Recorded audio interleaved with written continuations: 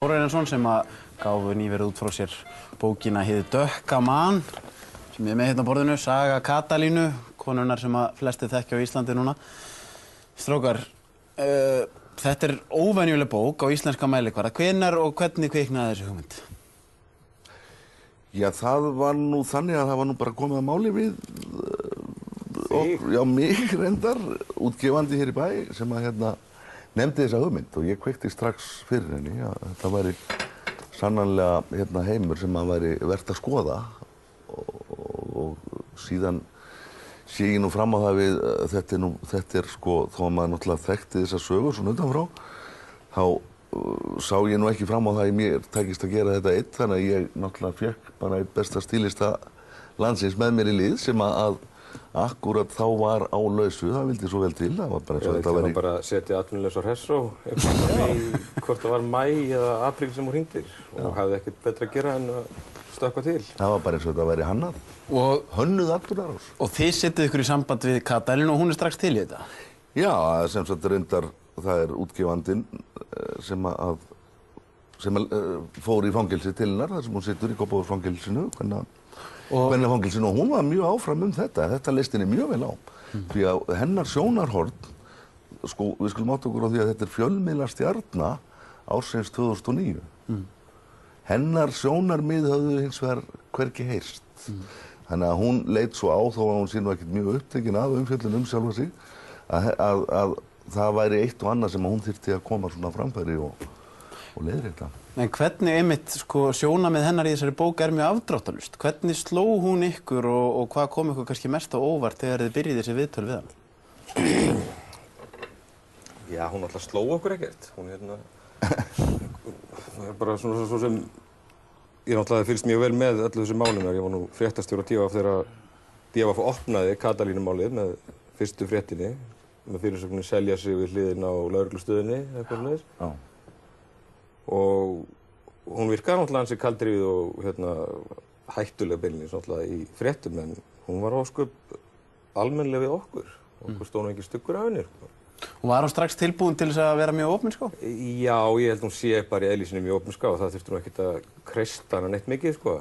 Og mjög blátt áfram. Algjörlega, alveg bara gersamlega og við sátum þarna oft og göftum hreinlega. Hún dregur ekkert undan og eins og Tóti segir, það þurfti ekkert neitt að vera ítinni fram á neina brún með það eins og oft þarf, skilur. Og hún er heldur ekkert að reyna að geðjast neinum, hennar sjónarmið er mjög skýrt og það er bara það að það sé eftirspurn eftir vændi og vændi sé bara í lagi og það er að vera löglegt. Þið setið fram þessa sögu, óttist þið ekkert að hún falli ekki í að því nú það er mikill rétttrúnaður í umræðinu á Íslandi? Góður minnst ekki á það ógrátandi, sko. Jú, samt, sko, ef við værum hræddir við þetta, þá náttúrulega hefðum við ekkert gert þetta, sko. En það sem kannski mann er mest illaðið er því að náttúrulega við þekkjum alveg umræðinu og erum náttúrulega búin að lifa á hærastíðinni árum saman. Það er þetta leiðilega samasemmerki milli þá blaðamanns eða þáttarstjórnanda eða hvað sem er. Hann talar við eitthvað sem er illa þokkaður eða hefur eitthvað svona gruggut í pókaorðinu, þá maður alltaf autómatískt talsmaður þess aðila og við kannski ekki á þetta sjálfur. Þannig að ég vil síður svo sem ég kann ekkert vel við ef ég verið orðinn eitthvað PR-maður vændis á Íslandi fyrir að skrifa þessa bók. Þá verð ég mjög reiður. En einhver verður einmitt að þetta er veruleiki og veruleikin sem er dreginn upp í bókinni er þannig að eftirspurnin sé bara gríðarleg. Já, ég held kannski að fólk ætti frekar að staldra við það sem þú ætti að lesa í bókinni. Það er þessi mikla eftirspurn. Hvað íslenskum karlmönnum finnst sjálfsagt mál að leita allir vændiskvenna, heldur en að trillast yfir því að þessi bók sé komin út. Það er mjög undarlegt að nálgast þetta þannig en það er alveg rétt sem þú segir, maður óttast og óttast. Ég óttast það að þessi bók muni ekki njóta sannmælis og það væri mikill skaði því að það er gríðarlega mikið magn upplýsinga þarna. Og ég hefði talið að það væri fengur í þessari bók, náttúrulega fyrir alla, en ekki síst þá sem hafa verið að fjalla þessi mál. En þetta hlýtur að hafa komið ykkur á óvart, sko, það er ekki farið fram þenni, það er kreppa á Íslandi og hún talar það, hún segir kreppan hafði engin áhrif á businessinni mér. Já, sem var kannski svolítið digurbarkalegt, það greinilega er eitthvað rýrnun, sko. En ekki mikil, maður spesir sko að þetta eru menn sem eru að borga 20.000 fyrir 1 klukkutíma. Þessi peningar eru greinilega til og menn eru tilbúnir að nota það í þetta. Já, voru tilbúnir til þess 2006 og 2007 og ennþá, greinilega, eða eftir hrun. Já, þessi eftirspurn kemur manni vissulega mjög óvart, sko, og afgreiðslan sem hún lýsir, hún með einhverja stelpur á sínum snærum og þær að afgreiða hvað einhverja 7 á dag. Sjálf hún og lítur nú á sig sem svona háklassa hóru, háklassa vændiskonu, fylgdar einhvers konar, þannig að hún var nú svona bara með kannski feitari kuna, voru kannski að fara með henni til útlanda og svo framvegis.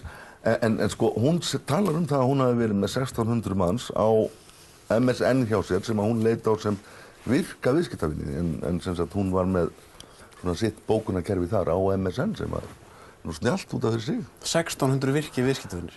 Já, og það nú það sem 1600 á MSN-unar og þar pöntuðu þeir og græðist en þeir hafa alltaf ekki verið alltaf allir, sko. En hún færir alltaf inn, sko, nýja viðskiptavini inn í MSN-ið, sko, eða lætur þá skrásið. En hvað segið þið þetta að hún þarna með, sko, jafnvel upp í 6 milljónir á mánuði? 12 segir hún sjálf. 12 segir hún sjálf og hefur væntanlega... Við yfirheyrslur hjá lögreglu, það er mjög skondið. Ég horfði á þessa yfirheyrslu. Ég komst yfir hérna disk þar sem er upptakað af þessar yfirheyrslur. Og hún sem sagt, þeir spyrja hana út í peningana, þeir eru náttúrulega follow the money, löggan.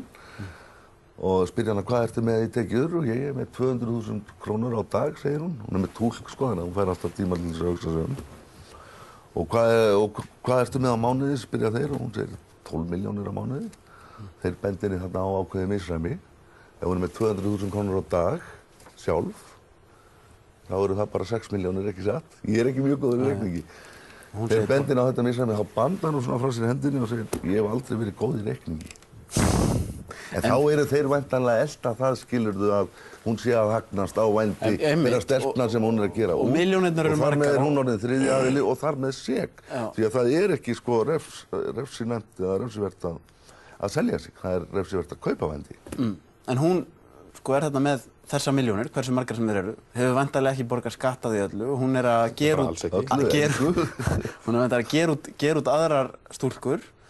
Réttlætir þetta allt, fannst ykkur aldrei of mikill réttlætingagír í henni? Sko við vorum náttúrulega ekkert sko sem að setja okkur eitthvað dómarasettu þar. Við erum að tala við hana og ekki að fara svona debatta við viðmælanda okkar að hún megi ekki segja þetta hitt. Við viljum bara fá sem skýrasta mynd af Katalínu. Við teljum það forvitnilegast, reynum að vera. Ég meina að við getum ekki verið... Sko bókin er í raun tvískipt. Við erum að reyna að teikna upp þennan vændisbransa á Íslandi. Þar erum við að fjalla sko bæði hvernig fjallað er Katalínu og hvernig hann er. Við ræðum við viðskiptavinirnar. Síðan er þetta náttúrulega fyrsta persónu frásögn hennar. Og þú getur ekki verið að skrifa sögu einhvers eða þú ætlar stöðugt að vera að sparka undan honum löppunum við hvert fótmál og segja þetta stenst ekki, sko. Þú kemst ekki mikið úr sporunum þannig.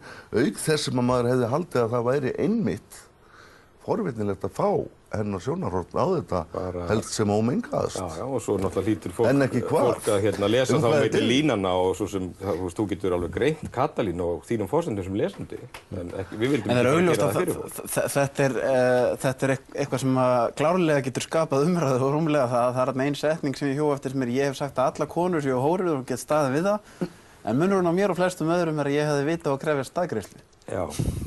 Sko, þetta fer ekki vel í alla að svona laga standa í bók? Nei, ég held að þetta fær náttúrulega kannski bara illa í sem flesta. En ég er nú meiri kvennamaður en þú, Jakob, en það er ekki best að ég svari þessu. Þetta er náttúrulega af og frá, sko. Og svona má náttúrulega ekki segja, en það má hins vegar alveg setja á bók. Þetta er hennar viðhorf, en auðvitað vitum við það að þetta er náttúrulega rakalaust vættingur. Þá eru karlmenn bara hórkallar. Já, þetta er náttúrulega bara... Ég meina þú getur svo sem... Já. En rétt að lokum, þetta sjónarmið hennar að þessi starfsemi er í gangi og hún verður í gangi þó hún sé henni í fangelsi. Hafið þið einhverja skoðun á hennar viðhorf að þið er bara löglega að venda á Íslandi?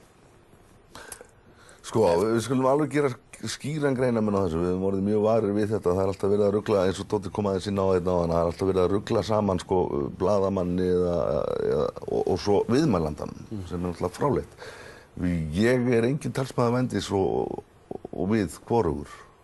En ef við skoðum bara þessa lagasetningu sem slíka og andi lagana hvílir á þeirri skilgreiningu að vændi sé í öllum tilfellum ofbeldi gegn konum, Katalína telur ekki svo vera, og við getum tekið hvað sem og sett inn í þessa jöfnu að það er sem sagt í lagi að selja en bannað að kaupa.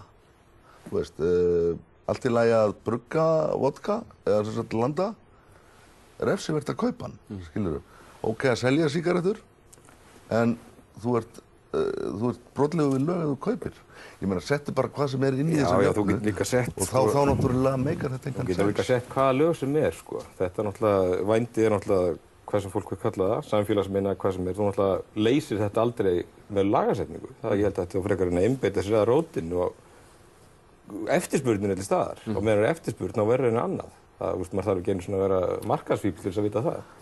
Ykkur allavega örugglega tekist að markmið að skapa umræðu því að þessi bók ekki kannski á sömu línu og þau sjónarmið sem við heyrum oftast. En það var þakka ykkur fyrir komuna. Takk fyrir þér. Sömuleiðis.